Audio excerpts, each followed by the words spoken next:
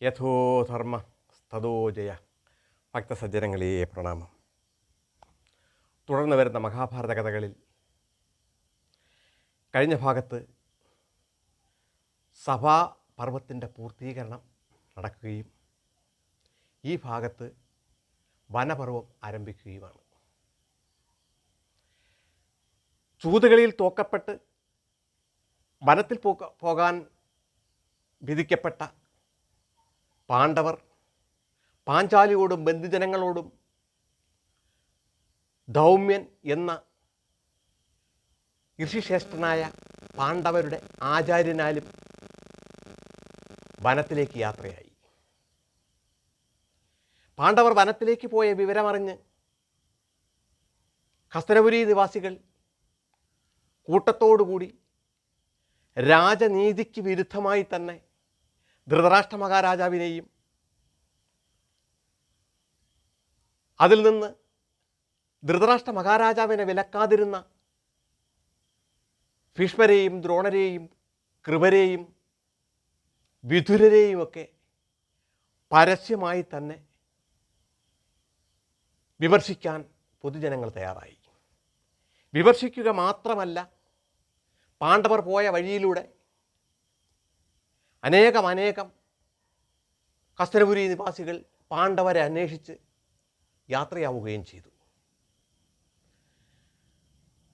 പാണ്ഡവരുടെ മുന്നിലെത്തിയ പൗരജനങ്ങൾ യുധിഷ്ഠിര മഹാരാജാവിനോട് ഇപ്രകാരം പറഞ്ഞു: അല്ലയോ മഹാരാജൻ, ധർമ്മത്തിൻ്റെ പ്രതീകങ്ങളായ പാണ്ഡവർ നിങ്ങൾ വനത്തിലേക്ക് പോവുകയാണെങ്കിൽ ഹസ്തനപുരിയിൽ ജീവിക്കാൻ കഴിയാതെ നമ്മളും നിങ്ങളോടൊപ്പം വനത്തിലേക്ക് വരാൻ പോവുകയാണ്.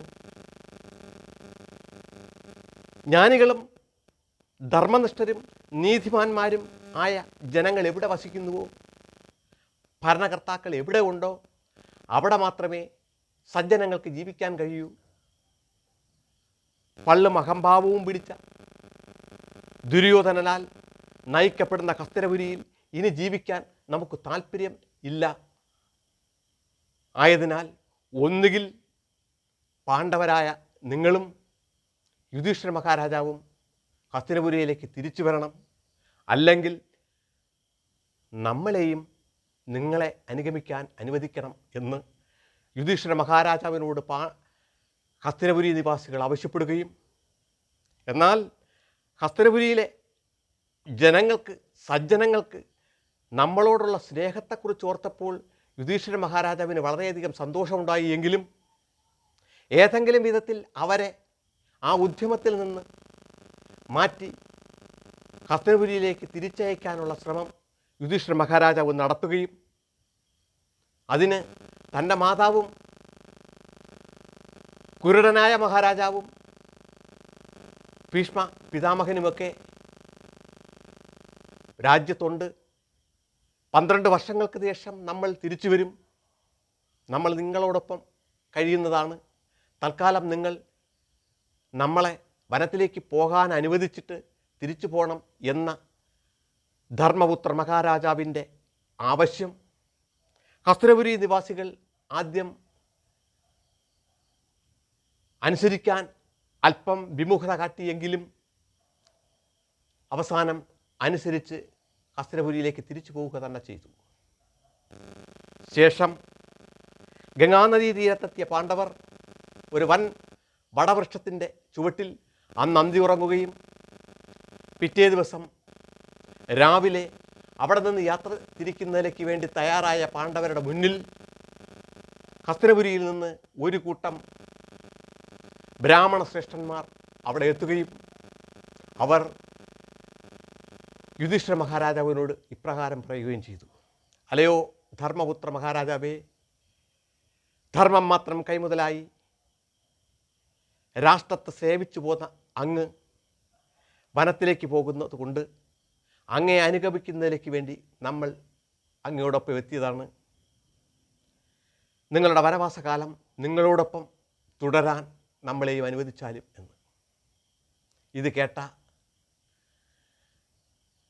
യുധിഷ്ഠിര മഹാരാജാവ് ആ ബ്രാഹ്മണ ശ്രേഷ്ഠരോടുത്തായി തിരിച്ചു പറഞ്ഞു: അല്ലയോ ശ്രേഷ്ഠ ജ്ഞാനികളെ, നിങ്ങൾ എന്നെ അനുഗമിച്ചാൽ ഒരു നേരത്തെ ഭക്ഷണം പോലും തൃപ്തികരമായി നിങ്ങൾക്ക് നൽകാൻ എനിക്ക് കഴിയുന്നതല്ല. ആയതിനാൽ നിങ്ങൾ ഈ ഉദ്യമത്തിൽ നിന്ന് പിന്തിരിയണം എന്നതാണ് എൻ്റെ ആഗ്രഹം എന്ന്. ഇത് കേട്ട ശ്രേഷ്ഠ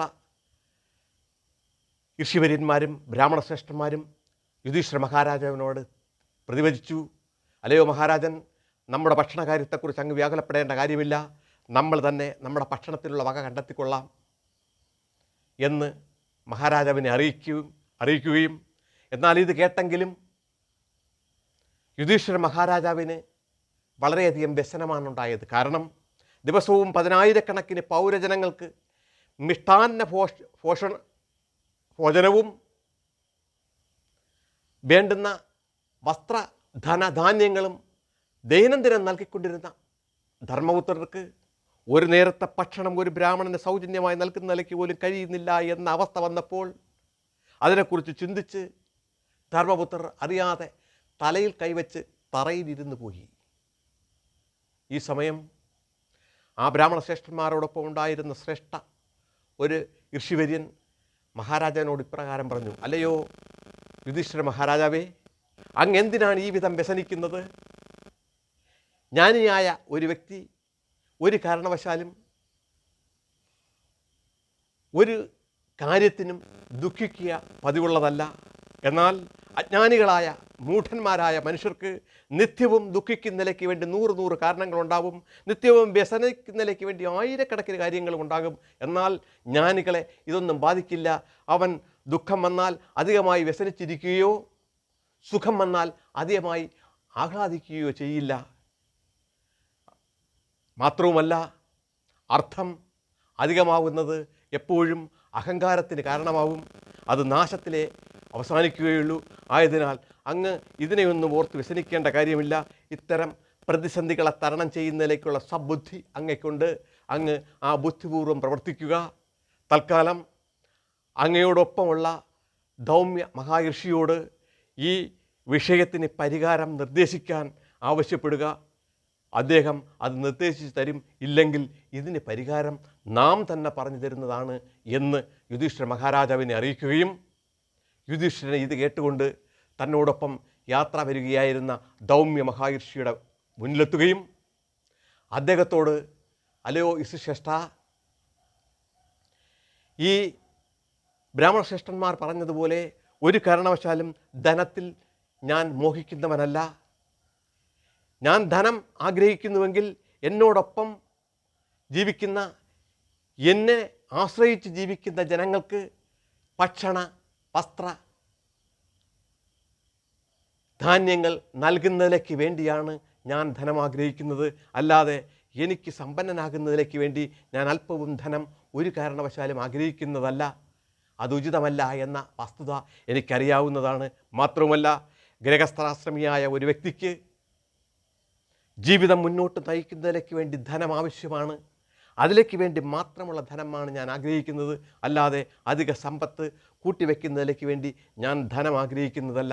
എന്തായാലും എന്നെ അനുഗമിക്കുന്ന എൻ്റെ ബന്ധുജനങ്ങൾക്കും ഈ ശ്രേഷ്ഠ വ്യക്തിത്വങ്ങൾക്കും എല്ലാവർക്കും ഞാൻ എങ്ങനെയാണ് ദിവസം ഒരു നേരമെങ്കിലും ഭക്ഷണം നൽകി മുന്നോട്ട് പോവുക എന്നതിന് എന്തെങ്കിലും ഒരു പരിഹാരം അങ്ങേക്ക് തൽക്കാലം നിർദ്ദേശിക്കാൻ കഴിയുമെങ്കിൽ നിർദ്ദേശിക്കുക എന്ന് ധൗമ്യ മഹാഋഷിയോട് ആവശ്യപ്പെടുകയും ധൗമ്യൻ ആലോചിച്ചിരുന്നതിന് ശേഷം തിരിച്ചിങ്ങനെ യുധിഷ്ഠിര മഹാരാജാവിനോട് പറഞ്ഞു, അല്ലയോ മഹാരാജൻ,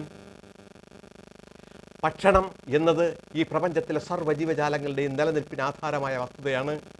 അതെല്ലാവർക്കും കൂടിയേ തീരൂ. പക്ഷേ ഈ ഭക്ഷണം എല്ലാ ജീവജാലങ്ങൾക്കും കിട്ടുന്നതിന് ആധാരമായി പ്രവർത്തിക്കുന്ന അത് സൂര്യനാണ്, സൂര്യഭഗവാനാണ്. സൂര്യൻ ഇല്ലെങ്കിൽ ഈ പ്രപഞ്ചത്തിൽ ഒന്നുമില്ല. എല്ലാ ജീവജാലങ്ങളുടെയും ഭക്ഷണത്തിൻ്റെ ആധാര ബിന്ദുവായ സൂര്യനെ അങ്ങ് ധ്യാനിക്കുക. സൂര്യഭഗവാൻ അങ്ങയ്ക്ക് ഇതിന് പരിഹാരം കണ്ടെത്തി തരും. ഞാൻ അതിനാൽ സൂര്യൻ്റെ പര്യായങ്ങൾ 108 പര്യായങ്ങൾ അടങ്ങിയ മന്ത്രം അങ്ങയെ ഉപദേശിക്കാം. ആ മന്ത്രം ചൊല്ലി അങ്ങ് സൂര്യനെ തപസ് ചെയ്യുക. അങ്ങേക്ക് ഈ വിഷയത്തിന് പരിഹാരം പൂർണ്ണമായും ഉണ്ടാകുന്നതാണ് എന്ന് ധൗമ്യൻ യുധിഷ്ഠിര മഹാരാജാവിനോട് പറയുകയും ഇങ്ങനെ ധൗമ്യനിൽ നിന്ന് 108 സൂര്യപര്യായങ്ങൾ അടങ്ങിയ ആ മഹാമന്ത്രം കരസ്ഥമാക്കി യുധിഷ്ഠിര മഹാരാജാവ് ഗംഗാനദിയിലിറങ്ങി അതിഘോരമായി സൂര്യഭഗവാനെ തപസ്സനുഷ്ഠിച്ചു. അധികം വൈകാതെ തന്നെ യുധിഷ്ഠിര മഹാരാജാവിൻ്റെ തപസ്സിൽ സംപ്രീതനായ സൂര്യഭഗവാൻ യുധിഷ്ഠിരൻ്റെ മുന്നിൽ പ്രത്യക്ഷനാവുകയും അദ്ദേഹത്തോട് ഇപ്രകാരം പറയുകയും ചെയ്തു: അല്ലയോ മഹാരാജൻ, അങ്ങയിൽ ഞാൻ സംതൃപ്തനായിരിക്കുന്നു. അങ്ങയുടെ ഇപ്പോഴത്തെ വിഷയം എന്താണ് എന്ന് എനിക്ക് മനസ്സിലായിരിക്കുന്നു. ഞാനിതാ അങ്ങേക്ക് ഒരു പാത്രം നൽകുന്നു. ആ പാത്രത്തിൽ ദിവസവും രാജകൊട്ടാരത്തിൽ ഉണ്ടാക്കുന്നത് പോലെയുള്ള എല്ലാവിധ ഭക്ഷണ പാനീയങ്ങളും അതിൽ നിന്ന് താങ്കൾക്ക് ലഭിക്കുന്നതാണ്. അതുകൊണ്ട് താങ്കൾക്കും തൻ്റെ സഹോദരങ്ങൾക്കും മാത്രമല്ല, താങ്കളെ അനുഗമിക്കുന്നവർക്കും എത്ര ആൾക്കാർക്ക് വേണമെങ്കിലും ദിവസവും ഭക്ഷണം നൽകാവുന്നതാണ്. പക്ഷേ ഒരു വ്യവസ്ഥയുണ്ട്. ദ്രൗപദി ഭക്ഷണം കഴിച്ചു കഴിഞ്ഞാൽ പിന്നെ ഈ പാത്രത്തിൽ നിന്ന് അന്നേ ദിവസം ഭക്ഷണം ലഭിക്കുന്നതല്ല. പിറ്റേ ദിവസം പ്രഭാതം മുതൽ വീണ്ടും പതിപോലെ ആവശ്യമായ ഭക്ഷണം ഈ പാത്രത്തിൽ നിന്ന് തന്നെ ലഭിക്കും എന്ന് സൂര്യഭഗവാൻ യുധിഷ്ഠിര മഹാരാജാവിനെ അറിയിക്കുകയും അങ്ങനെ ഇത് അക്ഷയപാത്രമാണ് എന്ന് പറഞ്ഞ് യുധിഷ്ഠിര മഹാരാജാവിന് സൂര്യഭഗവാൻ ആ അക്ഷയപാത്രം നൽകുകയും ചെയ്തു. സൂര്യഭഗവാനെ വീണ്ടും വണങ്ങി ആ പാത്രവും വാങ്ങി ഗംഗയുടെ കരയ്ക്ക് കയറിയ യുധിഷ്ഠിര മഹാരാജാവ് ആദ്യം ദൗമ്യ ഋഷിയുടെ കാൽക്കൽ വണങ്ങിയതിനു ശേഷം ആ പാത്രം കൊണ്ടുപോയി ദ്രൗപദിയുടെ കയ്യിലേൽപ്പിച്ചു. ആ പാത്രം ലഭിച്ചതു മുതൽ യുധിഷ്ഠിര മഹാരാജാവിനുണ്ടായിരുന്ന വ്യസനം, അതായത് തനിക്കും തൻ്റെ കൂട്ടാളികൾക്കും തന്നെ അനുഗമിക്കുന്നവർക്കും ഭക്ഷണം എങ്ങനെ ലഭിക്കും എന്നതിനെക്കുറിച്ചുള്ള വ്യാകുലത അവസാനിക്കുകയും എല്ലാവർക്കും സംതൃപ്തമായ ഭക്ഷണം പിറ്റേ ദിവസം മുതൽ അതിൽ നിന്ന് ലഭിക്കുകയും ചെയ്തു.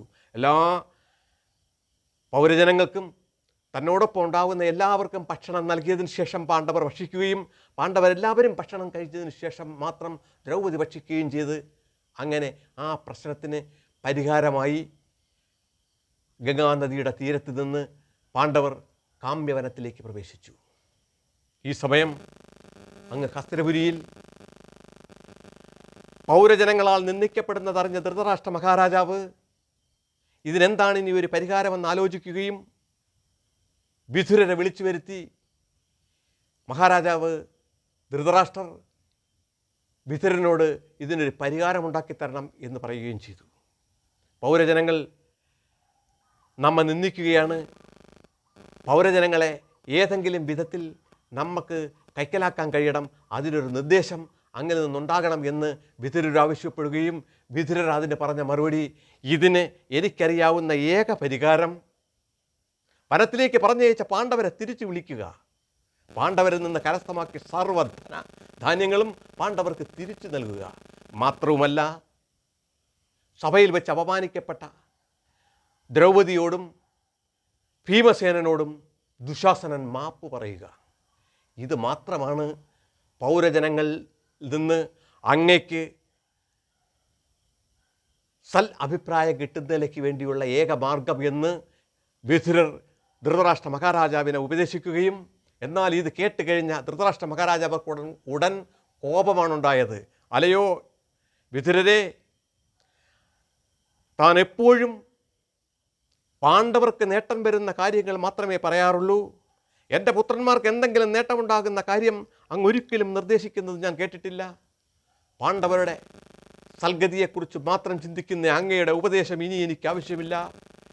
അങ്ങയ്ക്ക് ഈ കൊട്ടാരത്തിൽ തുടരുകയോ ഇവിടുന്ന് പോവുകയോ ചെയ്യാം എന്ന് പറഞ്ഞ് ധൃതരാഷ്ട്ര മഹാരാജ് അവിടെ നിന്ന് എണീറ്റ് തൻ്റെ അന്തപുരത്തിലേക്ക് പോയി കളയുകയാണ് ചെയ്തത്. ഈ സമയം വിതുരർ അവിടെ നിന്നും കൊട്ടാരത്തിൽ നിന്നും ഇറങ്ങി അങ്ങ് കാമ്യവനത്തിലേക്ക് പോവുകയും കാമ്യവനത്തിലെത്തിയ വിതുരർ ധർമ്മപുത്ര മഹാരാജാവിനോട് കൊട്ടാരത്തിൽ നടന്ന സംഭവ വികാസങ്ങളെല്ലാം അറിയിക്കുകയും, എന്നാൽ ഈ വിവരങ്ങളെല്ലാം വിവരിച്ച് ഇരിക്കുന്ന സമയത്ത് തന്നെ അങ്ങ് ഹസ്തിനപുരി കൊട്ടാരത്തിൽ നിന്ന് ധൃതരാഷ്ട്ര മഹാരാജാവിൻ്റെ, അതായത് രണ്ട് കണ്ണുകളും കണ്ടുകൂടാ കാഴ്ചയില്ലാത്ത കുരുടനായ ധൃതരാഷ്ട്ര മഹാരാജാവർക്ക് സമീപത്ത് നടക്കുന്ന എല്ലാ കാഴ്ചകളും വിവരിച്ചു കൊടുക്കുന്ന സഞ്ജയൻ എന്ന ധൃതരാഷ്ട്ര മഹാരാജാവിൻ്റെ പ്രതി കാഴ്ചക്കാരനായ സഞ്ജയൻ കാമ്യവനത്തിലെത്തുകയും വിതുരരെ ധൃതരാഷ്ട്ര മഹാരാജാവ് കൊട്ടാരത്തിലേക്ക് തിരിച്ചു വിളിക്കുകയാണ്, എത്രയും പെട്ടെന്ന് കൊട്ടാരത്തിലെത്തണമെന്ന് ആവശ്യപ്പെടുകയും ചെയ്യുന്നതായി അറിയിച്ചു. ആദ്യം ദേഷ്യം വന്ന് വിതുരരെ വഴക്ക് പറഞ്ഞു പോയെങ്കിലും വിതുരർ പോയി കഴിഞ്ഞപ്പോൾ ധൃതരാഷ്ട്ര മഹാരാജാവിന് അധികം വ്യസനമുണ്ടായി. കാരണം ധൃതരാഷ്ട്ര മഹാരാജാവിന് രാജ്യം ഭരിക്കുന്നതിലേക്ക് വേണ്ടിയുള്ള നിർദ്ദേശങ്ങളെല്ലാം ദൈനംദിനം നൽകിയിരുന്നത് വിതുരരായിരുന്നു. വിതുരരുടെ നിർദ്ദേശമില്ലാതെ മഹാരാജാവിന് ഒരു ദിവസവും കഴിച്ചു കൂട്ടാൻ കഴിയുന്നതല്ല.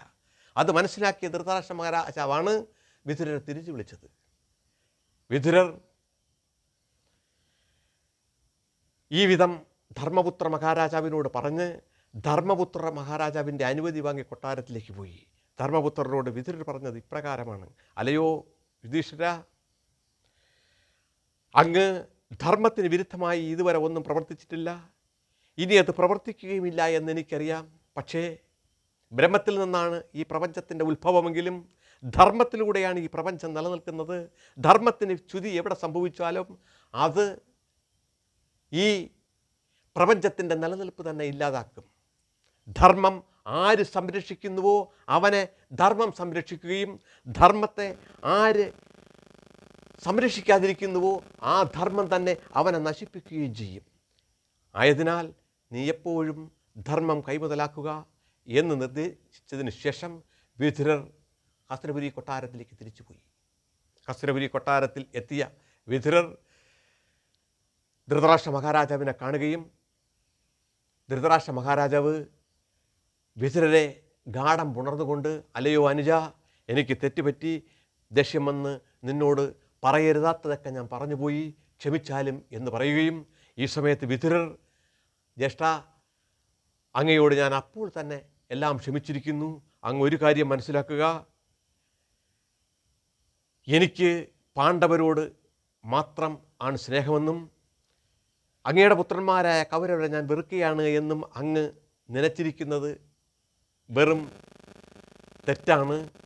കാരണം എൻ്റെ ജ്യേഷ്ഠന്മാരാണ് പാണ്ഡവും അങ്ങും രണ്ടുപേരുടെയും പുത്രന്മാർ എനിക്ക് തുല്യരാണ്, എൻ്റെ പുത്രന്മാർക്ക് സമമാണ്. ആയതിനാൽ രണ്ട് വിഭാഗവും എനിക്ക് തുല്യരുമാണ്. പക്ഷേ അങ്ങയുടെ പുത്രന്മാർ അധർമ്മ വഴിയിലൂടെ സഞ്ചരിക്കുന്നു. പാണ്ഡവർ ഇപ്പോഴും ധർമ്മത്തിൻ്റെ വഴി മുടക്കിയിട്ടില്ല. മാത്രവുമല്ല, ഇപ്പോൾ അവർ വ്യാകുലപ്പെട്ട് വനത്തിലാണ്.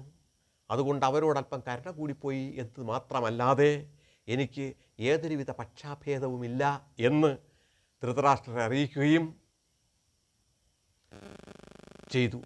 ഈ സമയം ദുര്യോധനന് വിതുരരെ ധൃതരാഷ്ട്ര മഹാരാജാവ് കൊട്ടാരത്തിൽ നിന്ന് ഇറക്കി വിട്ടു എന്നറിഞ്ഞപ്പോൾ വളരെയധികം സന്തോഷിക്കുകയും വീണ്ടും തിരിച്ചു വിളിച്ചപ്പോൾ ഇനി വിതുരരുടെ ഉപദേശപ്രകാരം മുമ്പ് സംഭവിച്ചതുപോലെ പാണ്ഡവരെ തിരിച്ചു വിളിച്ച് അവർക്ക് ഈ നഷ്ടപ്പെട്ട രാജ്യവും സ്വത്തുക്കളും തിരിച്ചു നൽകുമോ എന്ന ഭയം ദുര്യോധനൻ്റെ ഉള്ളിലുണ്ടാവുകയും ദുര്യോധനൻ ഇതിനെന്താണ് ഒരു പരിഹാരമാർഗമെന്ന് ആലോചിക്കുന്നതിലേക്ക് വേണ്ടി കൂട്ടാളികളായ